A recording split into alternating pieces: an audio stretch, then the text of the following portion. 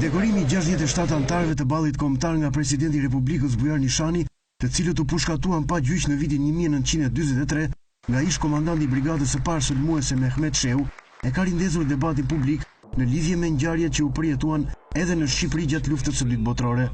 Historiani Pascal Milo, ish ministri i jashtëm i Shqipërisë në qeveritë socialiste të pas vitit 1997, e sheh këtë gjë si një akt që provokon opinionin publik.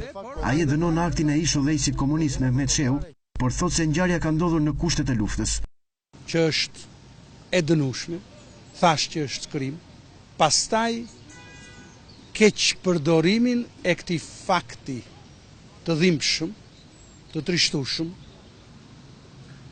të pakonceptueshëm nga politika, ndjej keqardhje që institucioni i presidencës u radhit në krah të militantizmit politik me ngjyra dhe emrin e organizatës së dikurshme të ballit kombëtar.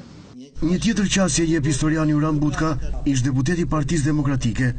Mehmet Shehu dhe Dushan Mugosha zgjodhën prej tyre 65 ballistë dhe i pushkatuan pa gjyq, gjë që përbën një krim kundër njerëzimit, pushkatimin i robërve të luftës. Gjë që Mehmet Shehu e kishte bërë dhe të tjera me shqiptar, po ashtu dhe me robër italian, si në Selenicë, në malin me Gropa e të tjera. Politikani Majt Petro Koçi, aktualisht zëvendës ministër i mbrojtjes, i cilëson dekorimet të papranueshme sepse sipas tij ky veprim e zhvlerëson rolin që Shqipëria luajti gjatë luftës së dytë botërore.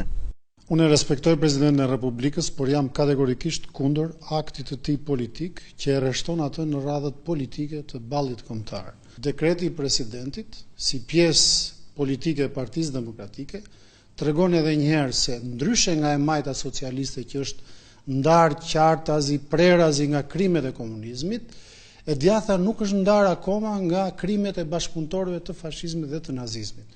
Debati i fundit është një tjetër episod i polemikave mes të majtëve dhe të djathtëve rreth ngjarjeve të ndryshme në Shqipëri gjatë viteve të luftës së dytë botërore, debate që vazhdojnë me tone shpesh të larta që prej më shumë se 2 dekadave e gjysmë.